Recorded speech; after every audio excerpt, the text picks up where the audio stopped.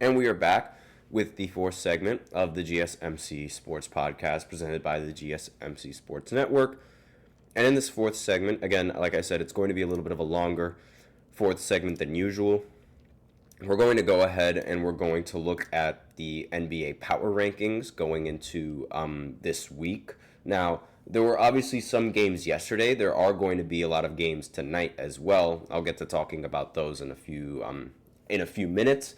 But let's go right ahead and get into these power rankings. So give me 1 second as I open up this page. There we go. I have not looked at these power rankings yet. So we're going to have to see. Obviously, Cleveland is going to stay at number 1. They remain the only team that has yet to lose a single game in this season. And this is one of the best starts in NBA history. They're only the 4th team in NBA history to win their first 15 games, joining the 1948-1949 Capitals, the 93-94 Houston Rockets, and the 2015 and 2016 Golden State Warriors, and they all reached the finals. So this is some good signs for Cleveland, but also some high expectations. And I'm not entirely sure if this team is going to be able to live up to those expectations, because now all eyes are going to be on him. And this stat is also very hilarious. Like their 15 wins are more than the Pistons had all of last season, which is just 14. And that is absolutely awful. Now, tonight, the Cavs, they're expected to play the Boston Celtics. The Celtics are going to be playing at home. So this is going to be a really, really tough game for the Cavs. And we're going to see if they can actually live up to the expectations. If they're able to beat the Celtics in this matchup, they might be clear-cut favorites to make the Eastern Conference Finals. But I have no problem with this ranking whatsoever. Having them ranked at number 1 with this record, it makes complete, total sense. And it's absolutely amazing what they've been able to do. I mean, if you guys remember, and if you guys tune into any of my basketball podcasts, I was talking about all of the drama that was going on with the Cavs in their offseason. There was a whole lot of drama. Like, there were talks about blowing up the roster. There were talks about moving on from Donovan Mitchell. There were talks about moving on from Darius Garland. There were talks about moving on from both of them at one point and focusing on Evan Mobley. And look at what's happening now. They have the best offensive rating in the entire NBA, and it's just absolutely incredible what they've been able to do. And their defense is also surprisingly well, and that surprisingly great. And that's sort of like what a championship team is. Not just a team that can get it done on the offensive side, but a team that has some good defense to fall back on. So overall, great season so far from the Cavs. We'll see if they can keep it up. I'm pretty sure it's either the Celtics or the Warriors that are going to be next. Yeah, the Warriors are going to be next. It's like it's 2016 all over again, where the Cavs and the Warriors are dominating their respective conference. I mean, no one expected this start from the Warriors either. And they continue to win. They ended up losing, however, to the Clippers in an embarrassing 102-99 loss. And Steph Curry, he ended with 26 points. He did shoot 10 for 21 from the field, however. Norman Powell played very well in this game with 23 points. And this is just, only their 3rd loss in this season. So, again, this 10-2 record, this list was released on Monday.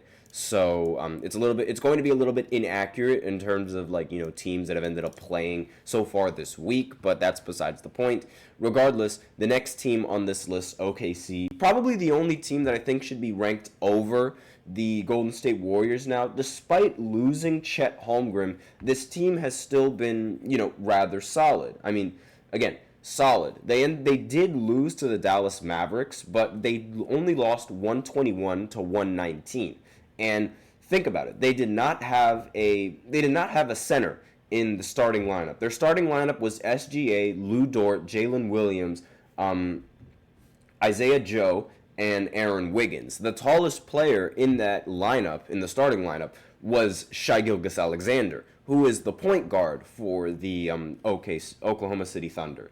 And the fact that they were able to make this game competitive against the Dallas Mavericks Now, I do understand that the Mavericks, they did not have Luka Doncic in this matchup, but they still had Kyrie. They also had Klay Thompson, and they also had PJ Washington, who was a power forward, and they also had a center.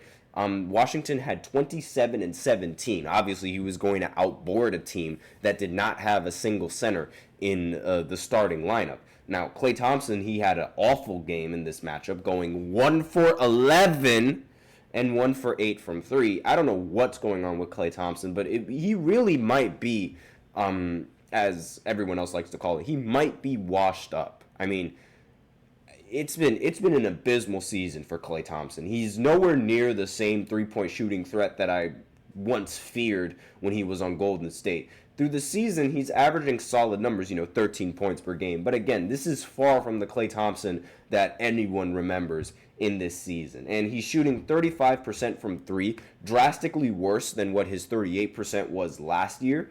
And it's not been looking good for Klay. It really has not. And here we have the Boston Celtics. They don't move a single spot from their roster, from the power rankings, excuse me. They're ranked 4th, and let me see. Really, they're going to have to win this game against the Cavs if they have any hopes of moving up in the power rankings. I mean, playing the Cavs at home, this should be a win for the Boston Celtics. I know that the Cavs, they haven't lost a single game yet, but if there was any game that they were going to drop in recent, if there was any close game that they were going to have, it would be against the Boston Celtics. And if there was any game that they were going to drop in this week, it would be against the Boston Celtics. So if the Celtics can capitalize on this win, then they might move all the way up to 2, and or maybe even 1 at this point. Again, we're gonna have to see if they're able to give them their first loss. Next, a surprising pick for the 5th spot, the Houston Rockets. They ended up moving up all the way from 12th to 5th on the power rankings. Again, this is a massive jump, a jump that I really did not expect, but they did beat the Chicago Bulls 143 to 107 recently, and everybody on the Houston Rockets played phenomenally. Sengun had a triple-double with 20 points, 11 rebounds, and 11 assists. Fred VanVleet had 28 points. Jalen Green had 18 points. And judging by their schedule from the last week, they lost to the Bucks. However, they lost to the Bucks yesterday, so maybe they shouldn't be ranked at number 5. They did beat the Bulls, and they beat the Clippers twice, and they also ended up beating the Wizards. So I don't know if this warrants such a huge jump from 12 all the way to number 5. In fact, I would have probably put a team like the Lakers over here, or a completely different team than Houston Rockets being ranked at 5. Maybe even the Suns. They've actually been struggling, so I wouldn't put the Suns there. The Lakers, they seem like the only team that would be ranked higher than them. The Timberwolves, them being ranked at number 6 and moving up, despite the fact that they haven't lost many games, but they did lose twice to the Portland Trailblazers. I mean, losing twice to the Blazers and jumping up a spot, that is unacceptable. I don't agree with this ranking at all. Like, Houston should be over here and the Lakers should be over here. This does not make sense. They dropped 2 games against the Blazers. They did beat the Kings and they beat the Suns, but the Suns were shorthanded in that matchup. They did not have Kevin Durant and they did not have Bradley Beal. And Devin Booker, he did have 44 points in that matchup, but still, moving them up, despite the fact that they lost to the Blazers, it does not get talked about enough. And I do understand that buzzer beater was incredible, the Julius Randle buzzer beater over the Kings. That was a great shot. And, I mean, it's just, no. The buzzer beater on Sunday, against the Suns. I don't know why I said the Kings. That's my bad. But apparently he traveled on that play. I don't know why the NBA is doing these reports after the game as if they can do anything about it, but still, he traveled on that shot. So this should be taken with a grain of salt, and they should move down just because they lost to the Portland Trailblazers. The Mavericks moving up, I think they're in very, they're underrating the Lakers completely. The Mavericks, they aren't even in playoff talks right now. They're not even in the play-in at this point. They did beat the Thunder, but the Thunder were short-handed. They beat the Spurs, but again, the Spurs are far from a competent team yet, and they do have they did not even have Victor Wembanyama in this matchup. So they beat a short-handed Spurs, a short-handed Thunder team. They lost to the Jazz, and then they lost to the Warriors. So they should not be ranked this high. They should dock a couple of points in their ranking. Maybe stay at 11, or maybe even go down a little bit in the rankings, because this did not make sense at all. And it's not like I understand that the Mavs, they were shorthanded against the Jazz, but again, it's the Jazz. It's one of the worst teams in the NBA. You should not be ranked this high. Not only when you have this record, but having the wins that you have and the losses that you had so far in this week. The Nuggets being ranked at number 8, I have no problem with their spot right now, being ranked at 8. But I do have a problem with the fact that the Lakers aren't ranked higher than them. And the Nuggets, they dropped a game to the shorthanded Pelicans. They also dropped a game to the Memphis Grizzlies, a team that I believe is also shorthanded. They did not have Ja Morant in this lineup. And again, losing those games, just not really acceptable. They did beat the Dallas Mavericks, but, really, it should not have, no. It should not be ranked here over the Lakers. That is a huge problem, and it's something that I understand. Jokic is an absolute beast of a player. I have no problem with Jokic as a player, but this team, no. They should not have. They should not be here at number 8. They should not be over the Lakers. And the Lakers are only at 9. I don't understand. Why are the Lakers only at 9? It genuinely does not make sense. LeBron James came off of 3 triple doubles and that's the first time that he's had 3 back-to-back triple doubles. And they got a win against the Pelicans, shorthanded team. Got a win against the Spurs, who I believe had Victor Wembanyama in the lineup. He ended with 28 points and 14 rebounds. And not to mention Anthony Davis having a masterclass of a performance against Victor Wembanyama, 40 and 12. And they did beat the Grizzlies. Again, it was a shorthanded Grizzlies, but again, LeBron was phenomenal in this matchup. They beat the Raptors, not a very competent team. And then they also ended up beating the 76ers in those last few games. So they should be ranked way higher than being at number 9 right now. They should be over the Timberwolves. At the very least, they should be over the Timberwolves, and they should be over the Dallas Mavericks. This is just, no. I do not accept this at all. This is a bad list. Aside from the top 3, this is a very poor list. And then the Memphis Grizzlies, they moved down. I completely understand why they moved down. They are shorthanded, but they're still somehow winning some games. The Kings, they ended up moving down because they ended up dropping a couple of games, and they were shorthanded as well. De'Aaron Fox was unbelievable in some of these matchups against against their opponents. He scored 109 points in 24 hours. And he joins Wilt Chamberlain, Bradley Beal, and Kobe Bryant as the only players in NBA history to score 105-plus points in back-to-back nights. Wilt Chamberlain did that 23 times, by the way.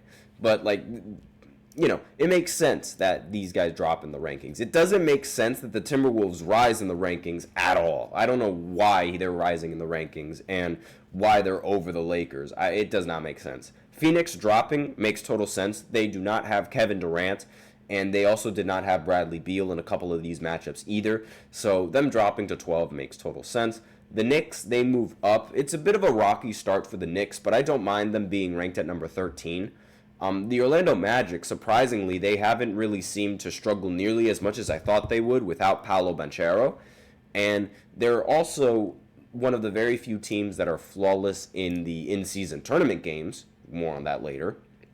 The Pacers, they're dropping down, makes total sense. Clippers dropping down makes sense. Detroit moving up makes total sense because, again, no one really expected the Pistons to be a solid team. Again, ever since they went 0-4, they've been 7-4 ever since that 0-4 start, climbing to 5th place in the Eastern Conference, which is, unbelievable. No one really expected the no one expected the Pistons to be able to. They dropped a little bit down since these rankings were made. They dropped down to number 7, but again, no one expected the Pistons to even be in playoff talks, regardless of how early in the season it is.